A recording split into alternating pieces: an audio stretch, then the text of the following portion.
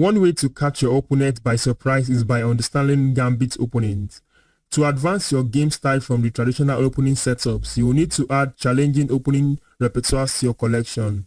In 7 chapters, I will introduce ideas in a sneaky opening, the Evans Gambit. The Evans Gambit starts with pawn to e4. Black plays e5, knight to f3 going after this pawn. Knight to c6 defending that pawn.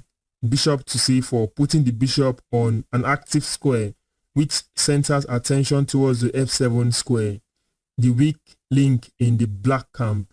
If bishop to c5, black does the same, developing the bishop and targeting a weak link in the white camp, the f2 pawn. This is where white catches black by surprise with the move pawn to b4. This move is shocking because in this position, white gives out a pawn for a potential rapid attack and development. It is good to note that knight or bishop can take the pawn. If knight takes the pawn, white should not be in a hurry to pick up this pawn because he runs into a variation where queen to f6 comes into play. This move attacks the pawn on f2, threatening to checkmate by supporting the bishop. However, the knight is under attack by the queen. If the knight leaves, the queen will pick up the rook on a1, and this is seemingly bad for white in just move 5. So in this position, white should continue with c3, attacking the knight. Knight c6, pawn to d4. Pawn takes on d4, white should go ahead and castle. This is inviting black to pick up the third pawn in just move 7. If black is greedy and picks up the pawn on c3, then white will unleash bishop takes the pawn on f7 check. King takes, queen to d5 check. King to f8, queen takes the bishop on c5 will check. If d6 blocking the check, queen takes the pawn on c3. The white king is safe compared to the black king. The black king can't castle and is vulnerable to attack. After b4, one of the most popular moves you see black play in the Evans Gambit is to pick up the pawn with the bishop. c3 is the way to continue. Black has a couple of responses for the bishop in this case. There is a main line with bishop to a5. There is a response with bishop to c5. There is bishop to d6 and there is bishop to e7. There is also bishop to f8. However, bishop to f8 will only delay black from castling the king faster in the game, since this knight needs to be developed so that the king can be castled. So putting the bishop back is not a good option. In this video, I'm going to stay with bishop to e7. d4 by white. Pawn takes on d4. Pawn takes on d4. From this position, we can draw the following conclusions. White has gained a massive advantage in the center with the pawns. Just take a look at the pawns doing well in the center. The bishop is placed on optimal square with more squares to cover. So this bishop is doing well, covering more squares. Aiming at f7, the weakest square in black's camp. White can even castle the king faster than black in this position.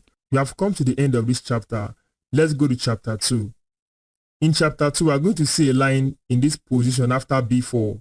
Bishop takes on b4. We just talked about after c3 where bishop went back to this square, e7. Let's go with a line where bishop to a5 was played. How do you continue as white? There is a continuation with king castling and there is also queen to b3. With queen to b3, you can instantly see that the pressure is now piled on f7 square. However, after bishop to a5, white should go with d4. After pawn takes on d4, this pawn is pinned to the king. Queen to b3 can now come up. This move is tricky. Actually, we have divert attention to the queen side. The queen and the bishop joins forces to attack f7 square. How can black continue from here? Black would go with queen to e7. White should just castle. If bishop to b6, pawn takes on d4 is valid. However, we can draw conclusion here that white, bishop and the queen are beautifully placed. The queen cannot take this pawn because of he runs into rook to e1. That pins the queen to the king. If black takes in the center with the knight, after knight takes, bishop takes, knight to c3 is okay. In this position, white has carefully activated most of his spaces. Look at the structure of black pawns. They are still passive in the position. The light squared bishop from the black camp is still in the startup position. Then white is even threatening to toss the knight to d5, attack the queen with tempo, develop the bishop, and so many ideas is in place. So let's go to chapter 3. In chapter 3, there is an idea here you need to see. After this response, e7, where white plays d4. Instead of black taking the pawn on d4, black might choose to play d6. In this position, black tries to keep control of the center with d6. However, you've seen me play queen to b3. Queen to b3 is still valid here. This is a common move in the Evans Gambit to attack f7 square. Black can come up with an idea with knight to a5. However, in this position, this allows white to do bishop takes the pawn on f7 with check. King to f8, queen to a4. King takes the bishop, queen takes the knight on a5. Black king cannot castle again. White should have a good game from here. In chapter 4, there are sidelines you should see in the Evans Gambit after this. In this case, there is bishop to a5. d4, pawn takes on d4. White castles right away. In this position, if black goes for repositioning the black bishop to b6 instead, here white should just go with pawn takes on d4. If d6 comes up, trying to open space for this light square bishop, develop the queen and castle alongside, well, you can go with knight to c3. White continues his development instead of queen to b3 in this line. Here, the reason why we cannot play queen to b3 instantly is that after knight to a5, attacking the bishop and the queen, if white goes with this variation, the knight is untouchable and white will just lose a piece. So instead of playing that, we recommend playing knight to c3 in this position. And check this out. There are responses that black can play here, and how can black get into worse position with the kind of response they play. First, let's look at knight to f6. If knight to f6, there is an instant pawn to e5. White pushes pawn to e5 to challenge the knight on f6. In this case, pawn takes on e5, bishop to e3 is played. Instantly, we are developing the minor pieces, putting them on optimal squares to create panic in black camp. Black cannot easily develop any pieces here because the king is still in the center and we are cooking up attack on the king. However, in this position, if black goes with knight on g to e7 instead of knight to f6, then we can just simply play knight to g5. You see, taking advantage of the pressure on f7. Black thinks he's safe by castling. Well, queen to h5 is simply crushing. h6 to prevent the queen from coming here to make checkmate. Black want to play h6. Knight should take on f7. Well, if rook takes, queen should take with check.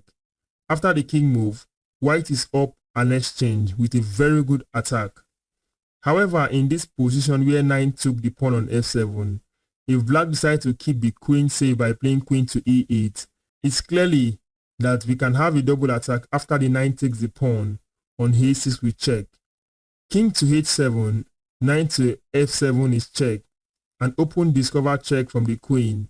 King to g8, queen to h8 is checkmate. These are sidelines to the Evans Gambit you can try in your games. So, in chapter 5, we're going to explore the weakness on f7. Look at, in the variation after bishop takes the pawn and we play c3. With bishop to a5, d4 followed pawn takes on d4, here white castled. This is actually inviting greedy players to take the pawn on c3, of which they do. There are punishments for these moves. You can go with queen to b3. This time around, the bishop is on a5. The knight cannot jump over to a5. So To defend against the pressure that is coming from the queen and the bishop on f7, black has a series of responses here. First, black can go wrong with knight to h6. The reason is this: instantly bishop can take that knight, pawn take, bishop takes the pawn on f7 with check, king to f8, bishop comes back to d5. We just saw a bad decision with knight to h6. What of queen to f6? Is this also a very good continuation? However, this is a weakness. Either black can let it go in this position or suffer more losses. Check this out. You see, as white player, we must explore certain principles in chess in line with how we grow. The black king is still in the center. A way to open up more attack is to clear this e file and launch attack towards the king. So the idea would come naturally by playing e5. This is giving a pawn, but temporarily, if the pawn is captured, black is in trouble. If knight takes the pawn right away, then rook to e1 pins the knight to the king. This is an absolute pain. The knight cannot move. So white is threatening to pick up the knight with the rook, check, and pick up this bishop. However, we can still take with the knight, and a kind of discovery can come up on the board if the king is still here. The knight can hop over to this square and attack the queen. Any idea is possible. So, to defend the knight, black might try d6. This keeps the light squares weak. So, what to do? Queen to a4 check, bishop to d7 blocking, queen takes on a5, and the pressure on e5 is still there. However, after queen to b3, we've checked out two responses, which includes the knight to h6, and queen to f6. What happens if black plays queen to e7 instead? This is a different idea.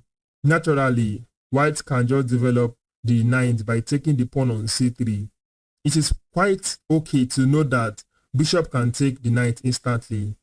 Well, queen takes on c3, then the threat is to pick up this pawn on g7, which black would not want to allow. Black can play a move like king to f8, and the king cannot castle. If queen goes to f8, then the queen is just stuck guarding that pawn. So if, for example, knight to f6 instead blocking, then you can just throw a move like this, bishop to a3, attacking the queen, d6, e5. This is exploring that the king is still in the center, the queen is under this pin here from the bishop, and now we are threatening to bring this rook into the game. If knight to e4, attacking the queen, queen to c2 is doing wonders. White keeps the space advantage, still hold the tension on the center, preparing to bring the rooks into the game. Major pieces are connected, black is late in development, white is doing better here. In this position, if black chooses to let go of this pawn by playing pawn to h6, queen should grab that pawn, threatening to pick up the rook. However, if queen goes to f6, trying to stir up a defense where the queen is only obliged to pick up the queen. You see, this particular chapter is centered around exploring the f7 pawn. So let's sacrifice the bishop on f7, a way to explore the weakness. Queen takes the bishop, then queen takes the rook, is simply winning in this Evans Gambit variation. We are in this position and we just take a tour into where bishop takes the knight and queen takes the bishop. A lot of things happened around the f7, the g7, and so on. Perhaps, what if bishop does not take that knight right away? What are the ideas around this particular line? Let's see. If knight to f6 instead, then knight to d5 is a forcing move that is forcing black to pick up this knight. If knight takes the knight on d5, it is important to capture with the pawn so as to open a lot of attacking lines towards the king in the center. Since the queen is in front of the king, there is a threat to bring the rook to e1 with pin possibilities. If knight to d8, keeping the knight to safety, then we can just simply play bishop to a3, attacking the queen. However, if black blocks with d6, queen to a4 check, c6, then queen takes the bishop on a5. It is also important to notice that if black plays knight to b4, then rook to e1 pins the queen to the king. These are ideas because this queen is stuck guarding this pawn on f7. White can just explore these ideas to win games in the Evans Gambit. In this chapter, there is a particular bishop to c5 move that we need to talk about. And this is it, bishop to c5 after pawn to c3. We saw bishop to a5, we saw bishop to e7. We have just two left. We have this bishop to c5 move, and also we have bishop to d6, which we are going to check out in the last chapter. This is chapter 6. How do we manage bishop to c5 idea? There is pawn to d4, like we have been seeing so far in this video. Pawn takes, attacking that bishop. White has great control of the center already from here, with few tempos to acquire. If black moves bishop back to b6, then you can see this is the same thing with the line where the bishop came over to a5 and put the bishop here. So we are good to go. However, on this move, black can still fall for this trick where white castles the short side. If you take this pawn, then you can easily remember that there was a variation like this where the king moved, and we have this. So do not forget, these are ideas in the Evans Gambit. In this last chapter, which is chapter 7, the Evans Gambit can also lead to solid variations aside from the open variations we have seen, with a move like bishop to d6. With bishop to d6, it is clearly obvious at this point black is preventing the early development of this d pawn. Black will try to find another route to develop the light squared bishop. The natural and traditional way to continue in this place for white is to play d4. Black has a couple of ideas with knight to f6 and also queen to f6. Let's check out queen to f6. White castles, bringing the rook into the game. After a6, preventing bishop from coming to this square and harass the queen. Rook to e1, knight on g to e7, knight on b to d2, b6. Trying to bring the bishop into the game via b7. Knight to f1, knight to j6, knight to e3, bishop to b7. After knight to j4, attacking the queen, queen to e7, bishop to d2, bringing in the last piece to attain development in this position. What you notice is the black king is still in the center. The queen is in the front of the black king. The rook is there. White can cook up attacking lines.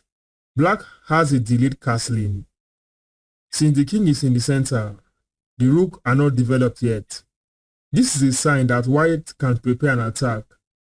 Black pawn structures hinders the mobility of his pieces, especially these two rooks. And if you check it out, this pawn is preventing this bishop from activating. In this position, engine says the position is equal. Although I see white having more reach than black in this position. Right from here after d4, we just saw queen to f6. Let's throw through knight to f6. White will castle, black will castle, rook to e1, h6, the same idea, stopping bishop from coming over to g5. Knight on b to d2, rook to e8, queen to b3, pressuring f7 square. Black spot this and play queen to e7, defending a4. It is good to know that for the cost of a pawn, white has more pieces activated than black. Looking at the pawn structure for black, the pawns are still in the initial positions compared to white pawns which are in dominating positions. We have come to the conclusion of the Evans Gambit. If you enjoyed this video, do not forget to subscribe to this channel for more. Like this video and share to your friends. See you in more videos on the chess opening.